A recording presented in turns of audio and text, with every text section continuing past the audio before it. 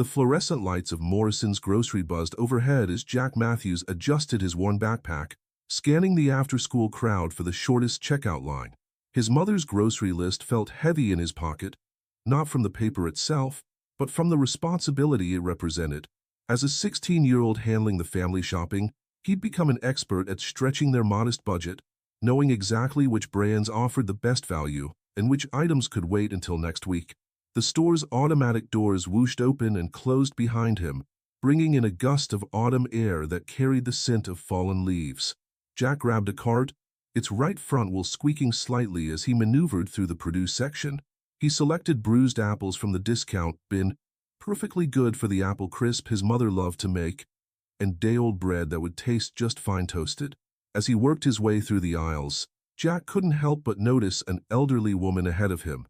She wore a faded blue cardigan that had seen better days, and her silver hair was neatly pinned back in a style that reminded him of old photographs. Her hands trembled slightly as she reached for items on the shelves, carefully checking each price tag before either placing the item in her basket or reluctantly returning it to its spot. Jack recognized that careful deliberation. He'd seen his mother do the same thing countless times, especially right before payday. The woman's basket contained mostly basic items: a small loaf of bread, a half-gallon of milk, some canned soup, and a few pieces of fruit. She kept consulting a small notepad, crossing items off with a pencil worn down to a stub. At the checkout line, Jack found himself behind her, watching as she placed her items on the conveyor belt with careful precision. The cashier, a teenager not much older than Jack with a name tag that read Amanda, greeted the woman with a warm smile. "Good afternoon, Mrs. Harper," Amanda said, scanning the items with practiced efficiency. "Did you find everything you needed today?" "Oh, yes, dear," Mrs. Harper replied, though Jack noticed her eyes darting anxiously to the register's display as the total climbed.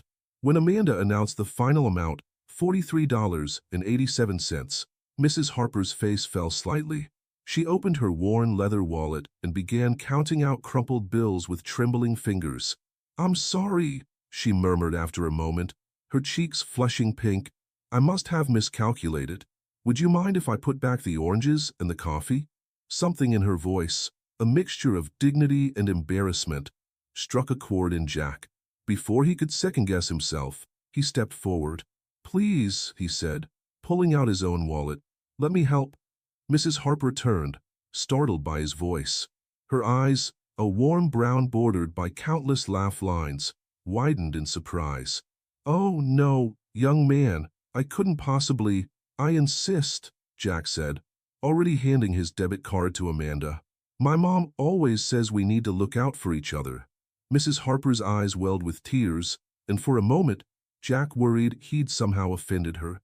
But then she smiled, and it was like watching the sun break through clouds. "You remind me of someone," she said softly, studying his face. "Someone who knew that kindness is the greatest wealth we can possess." She reached out and patted his hand, her touch light as a butterfly's wing. "What's your name, dear?" "Jack. Jack Matthews." Something flickered in Mrs. Harper's eyes, recognition, perhaps, or surprise. But it passed so quickly Jack thought he might have imagined it. She accepted his help with graceful thanks, and as Amanda bagged the groceries, Mrs. Harper insisted on knowing where Jack lived so she could repay him. "That's really not necessary," Jack protested, but Mrs. Harper was adamant. "Kindness should be acknowledged," she said firmly, writing down his address in her little notepad. "Sometimes the smallest acts have the greatest consequences." As Jack watched her leave the store, her steps a bit lighter than when she'd entered, he felt a warm glow of satisfaction. He finished his own shopping quickly, thinking about what his mother would say when he told her about Mrs. Harper. She'd probably give him that proud smile he loved so much, the one that made her eyes crinkle at the corners just like his grandfather's used to. He had no way of knowing that this simple act of kindness would set in motion a chain of events that would change his life forever. The next afternoon, Jack was sprawled on the living room couch, wrestling with his algebra homework, when 3 sharp knocks echoed through the house. He wasn't expecting anyone, and his mother wouldn't be home from her shift at the hospital for several hours. The knocking came again, more insistent this time. Jack marked his place in his textbook and approached the door cautiously, peering through the peephole. A tall man in a charcoal gray suit stood on their front porch, his silver hair neatly combed, his posture straight as a ruler. He didn't look threatening, but Jack had learned from his mother to be careful about unexpected visitors. "Who is it?" Jack called through the door. "Mr. Lawrence," the man replied, his voice rich and cultured. "I'm here on behalf of Mrs. Harper, from the grocery store yesterday."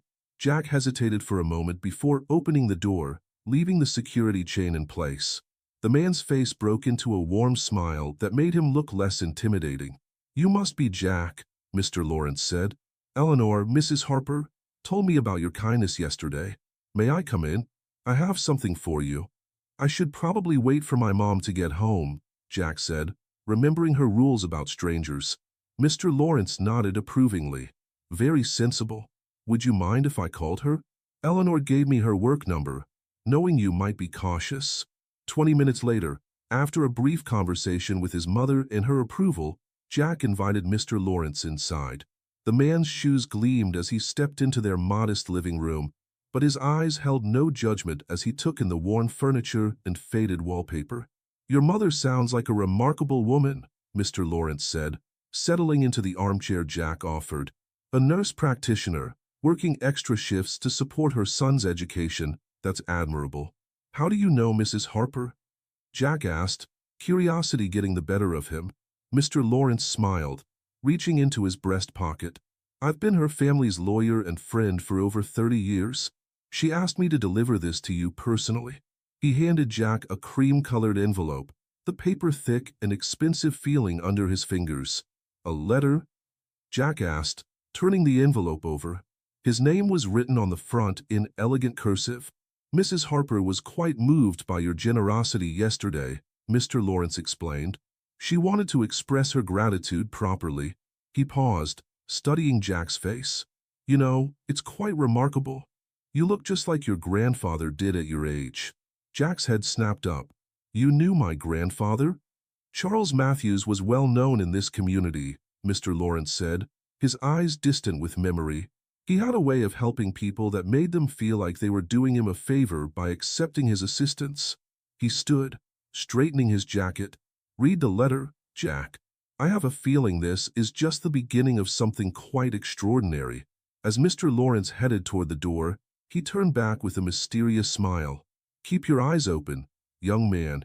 The world has a way of surprising us when we least expect it." After Mr. Lawrence left, Jack sat at the kitchen table, turning the envelope over in his hands. The paper was the color of old ivory, and his name was written in a graceful hand that spoke of years of practice. The seal was pressed with what looked like a small flower, a forget-me-not, he realized after studying it closely. With careful fingers, he broke the seal and unfolded the letter inside. The same elegant handwriting flowed across the page. "Dear Jack, your kindness yesterday brought tears to my eyes, not just because of the help you offered, but because in that moment, I saw your grandfather standing before me again. You see, Charles Matthews and I shared a history that spans more than half a century, and your simple act of generosity proved that his spirit lives on in you. Perhaps you don't know this, but 50 years ago, your grandfather helped me in much the same way you did yesterday. I was a young widow with 2 small children, struggling to make ends meet. One day at that very same grocery store, I found myself short on money for basic necessities. Your grandfather, who was behind me in line, stepped forward without hesitation and paid for my groceries. But that wasn't all he did. Charles Matthews had a way of turning simple acts of kindness into something greater. He believed that goodness, like a stone thrown into a pond, creates ripples that reach far beyond our sight. He left behind a legacy that I believe you're meant to discover. If you're interested in learning more about your grandfather's story, and perhaps your own, visit Riverside Park. Find the bench near the old oak tree, the one that overlooks the duck pond. Your grandfather used to sit there every Sunday morning, feeding the ducks and thinking about ways to make our community better. The choice to follow this path is entirely yours, Jack, but I believe you have your grandfather's heart, and I suspect you'll find that this journey is one worth taking. With gratitude and hope, Eleanor Harper. Jack read the letter 3 times, his heart beating faster with each reading. He had only vague memories of his grandfather, the smell of pipe tobacco, the sound of deep laughter, strong arms lifting him high into the air. Charles Matthews had died when Jack was only 6, leaving behind a void that Jack's mother rarely spoke about. He reached for his phone, wanting to call his mother immediately, but something stopped him. The letter felt personal, like a secret shared between him and Mrs. Harper. Besides, his mother was in the middle of her shift, and this wasn't the kind of conversation to have over the phone. Instead, Jack went to the living room and opened the old photo album his mother kept on the bottom shelf of the bookcase. There, in faded photographs, he found his grandfather's face looking back at him. Mr. Lawrence was right. The resemblance was striking. They had the same dark curly hair, the same slightly crooked smile, even the same dimple in their left cheek. As Jack studied the photographs, he noticed something he'd never paid attention to before. In many of the pictures, his grandfather was helping people, building a wheelchair ramp for a neighbor's house, serving food at what looked like a community center, standing proudly in front of a group of people holding a banner that read, Matthews Community Fund. The sun was setting when Jack finally closed the album, casting long shadows across the living room floor. Tomorrow was Saturday, perfect for a visit to Riverside Park.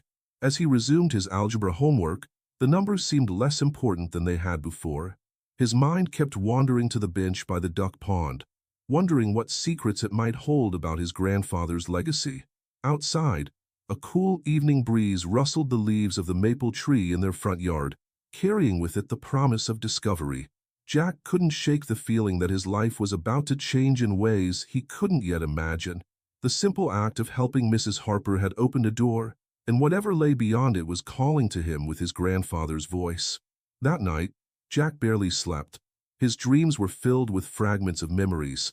His grandfather's weathered hands showing him how to tie his shoelaces, the sound of his deep voice reading bedtime stories, the way his eyes would crinkle at the corners when he smiled, just like Jack's did now. He woke before dawn, watching the sky gradually lighten through his bedroom window, painting the clouds in shades of pink and gold. His mother had already left for her early shift at the hospital, leaving a note on the kitchen counter. Leftover lasagna in the fridge. Don't forget to finish your history paper. Love you. Jack smiled at her familiar handwriting, feeling a twinge of guilt about not telling her about the letter yet. But something told him he needed to explore this mystery on his own first. The morning air was crisp as Jack made his way to Riverside Park, his grandfather's letter tucked safely in his jacket pocket. The park was quiet at this hour, with only a few early morning joggers and dog walkers crossing his path. Dew sparkled on the grass, and a light mist hovered over the duck pond, giving the whole scene an ethereal quality. Finding the old oak tree wasn't difficult. It stood like a sentinel at the highest point of the park, its massive branches reaching toward the sky like gnarled fingers. As Jack approached, he saw the bench Mrs. Harper had mentioned. It was made of weathered wood and wrought iron, and unlike the other park benches, this one had a small brass plaque attached to its back. Jack's heart skipped a beat as he read the inscription. In memory of Charles Matthews, a single act of kindness throws out roots in all directions, and the roots spring up and make new trees. Amelia Earhart. His fingers trembled slightly as he ran them along the edges of the plaque, feeling the cool metal beneath his skin. This wasn't just a random bench. This was a piece of his family's history, a testament to the impact his grandfather had made on this community. Following an instinct he couldn't explain, Jack crouched down and looked underneath the bench. There, taped to the underside with yellowing masking tape, was a small manila envelope. His heart racing, he carefully peeled it free and opened it. Inside was a single sheet of paper, the edges slightly worn but the handwriting still clear and strong. Jack recognized it immediately as his grandfather's from the birthday cards he'd kept. To the one who finds this message with kindness in their heart, if you're reading this, it means you've already taken the first step on a journey I began many years ago. I've learned that true wealth isn't measured in dollars and cents, but in the lives we touch and the differences we make. In the Thomas Memorial Library, there's a book that changed my life, The Power of Community by Elizabeth Foster. On page 143, you'll find something I left there for safekeeping.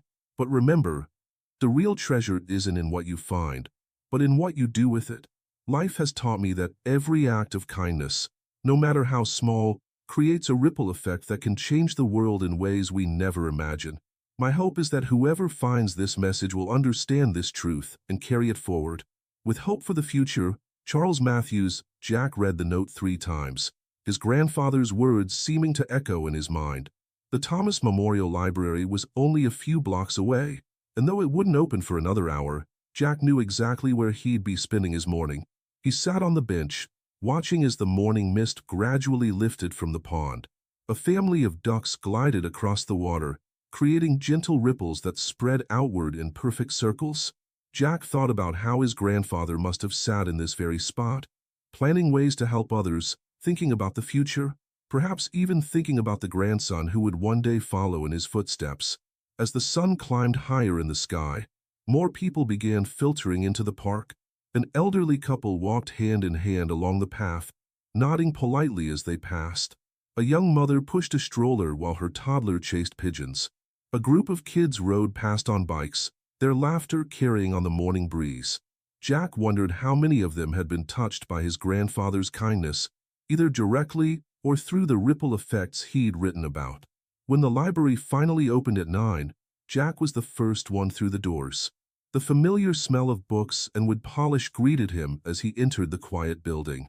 Mrs. Chen, the elderly librarian who'd worked there for as long as Jack could remember, smiled at him from behind the circulation desk. "Good morning, Jack," she said warmly. "You're here early for a Saturday." "I'm looking for a specific book," he replied, then hesitated. Did you know my grandfather? Charles Matthews?" Mrs. Chen's face lit up with recognition. "Charles? Oh, my dear boy, everyone knew your grandfather. He was on the library board for 20 years. In fact," she reached under her desk and pulled out a framed photograph. "This was taken at our centennial celebration." Jack leaned forward to look at the picture. There was his grandfather, younger than in Jack's memories, but with the same warm smile, standing in front of the library with a group of people. And there, to his surprise, was a much younger Mrs. Chen. He believed that libraries were more than just buildings full of books. Mrs. Chen continued, her voice soft with memory. He said they were the heart of the community, places where anyone could come to learn, to dream, to grow. She studied Jack's face for a moment. "You look so much like him. He would be proud to see you here, carrying on his legacy of curiosity and kindness." Jack felt a warmth spread through his chest at her words. "The book I'm looking for," he said, "it's called The Power of Community by Elizabeth Foster. Do you have it?" Mrs. Chen's eyes twinkled. "Of course we do. Charles donated that book himself, along with many others. It's in the sociology section, 3rd row from the back, top shelf." Jack thanked her and made his way through the quiet library, his footsteps muffled by the carpeted floor. The sociology section was tucked away in a corner, sunlight streaming through a high window creating patterns on the shelves. His fingers trailed along the book's spines until he found it, a slim volume bound in faded blue cloth. With trembling hands, he pulled the book from the shelf and opened it to page 143. There, pressed between the pages like a flower preserved in time, was another envelope. This one was larger than the first, and as Jack carefully opened it, several items fell into his hands: a key, a photograph, and another letter. The photograph showed his grandfather standing in front of a small storefront, his arm around a much younger Mrs. Harper. The sign above the door read, "Matthews Community Center," though Jack had never heard of such a place. The key was old and brass, with a small tag attached that bore an address he didn't recognize. As he unfolded the letter, Jack's heart was pounding so hard he could hear it in his ears. Whatever his grandfather had set in motion all those years ago, whatever legacy he had left behind, Jack was about to discover it. The library around him seemed to fade away as he began to read, his grandfather's words reaching across time to guide him towards something bigger than himself. The sunlight streaming through the window grew stronger, illuminating the pages in his hands like a spotlight on a stage. In that moment, Jack felt more connected to his grandfather than ever before, as if the simple act of helping Mrs. Harper had been the key to unlocking a door he never knew existed. The mystery was deepening, and with it, Jack's understanding of what it truly means to make a difference in the world. Mrs. Chen watched from her desk as Jack became absorbed in his discovery, a knowing smile playing at the corners of her mouth. She had kept Charles Matthews' secret all these years, watching and waiting for the right person to follow the trail of kindness he had left behind. Now, seeing his grandson take the first steps on that journey, she knew the time had finally come for the full story to be told. The morning light continued to fill the library, casting long shadows between the shelves and illuminating dust motes that danced in the air like tiny stars. Around Jack, the world seemed to hold its breath, waiting to see what would happen next. The letter in his hands was more than just paper and ink. It was a bridge between past and present, a testament to the enduring power of compassion, and a map to a legacy that was only beginning to unfold. As he turned the page to continue reading, Jack couldn't help but smile. His grandfather had always said that life's greatest adventures begin with a single step. Now, surrounded by books and memories in the quiet corner of Thomas Memorial Library, Jack was taking his first steps into an adventure that would change not only his life but the lives of countless others in ways he couldn't yet imagine. The letter's contents would lead him to discoveries that would challenge his understanding of community, legacy, and the true meaning of wealth. But for now, in this sacred space between what was and what would be, Jack simply let himself be present in the moment, feeling the weight of history and possibility in his hands. A soft breeze whispered through the library's open window, ruffling the pages of the book and carrying with it the promise of more revelations to come. Outside, the world continued its daily rhythm, unaware that within these walls, a young man was uncovering a story that would ripple through the community like waves on a pond, touching lives and creating connections that would last for generations to come. My dearest finder, if you've made it this far, you've shown the curiosity and determination that our community needs. The key you hold opens the door to 1247 Maple Street, the original Matthews Community Center. Though it stands empty now, waiting for its next chapter, its walls hold the stories of thousands of lives changed through simple acts of kindness. Within those walls, we created a network of support that touched every corner of our town. We established food banks, literacy programs, and emergency assistance funds. But more importantly, we built connections between people who might never have met otherwise. The building belongs to you now. Yes, you, the person reading this letter. I've arranged everything with Mr. Lawrence, who has kept this trust safe until the right person came along. Someone who understands that true wealth lies not in what we keep, but in what we give away. Use it wisely. Use it kindly. Use it to continue what we started. With love and faith in the future, Charles Matthews. Jack's hands trembled as he read the last words. The weight of his grandfather's legacy settled over him like a warm blanket. He understood now why Mrs. Harper had smiled so mysteriously at the grocery store, why Mr. Lawrence had appeared at his door, why every piece had fallen into place like a perfectly orchestrated symphony. Standing up from his quiet corner, Jack approached Mrs. Chin's desk. She looked up at him with knowing eyes. "You found it, didn't you?" she asked softly. "The community center," Jack replied. "Did you know about it all along?" She nodded, reaching beneath her desk to pull out a thick photo album. "We've been waiting for someone to continue Charles's work. When Eleanor called to tell me about what you did at the grocery store, I knew it was time." The album was filled with photographs spanning decades, faces of people whose lives had been touched by his grandfather's vision. Children learning to read, elderly residents finding companionship, families receiving help during hard times. Each page told a story of connection, of hope, of community. That afternoon, Jack called his mother at the hospital. When she answered, he could hear the busy sounds of the emergency room in the background. "Mom," he said, his voice thick with emotion, "I need to tell you something about Grandpa." Over the next few hours, as his mother's shift ended and they sat together at their kitchen table, Jack shared everything he had discovered. The letters, the key, the photographs, each piece of the puzzle that had led him to this moment. His mother's eyes filled with tears as she remembered her own father's dedication to helping others. "He always said he was saving something special for the future," she whispered, touching the key reverently. "I never knew what he meant until now." The following week, Jack and his mother stood before the old building on Maple Street. Its windows were dusty, its paint faded, but its bones were strong. As he turned the key in the lock, Jack felt like he was opening more than just a door. He was opening a new chapter in his family's legacy. Word spread quickly through the community. Mrs. Harper shared her stories of the original community center. Mr. Lawrence helped navigate the legal aspects of reopening the building. Mrs. Chen organized a book drive to restart the reading program. And Jack, standing in the midst of it all, felt his grandfather's presence in every act of kindness that followed. The Matthews Community Center reopened on a bright spring morning, exactly 1 year after Jack had helped Mrs. Harper with her groceries.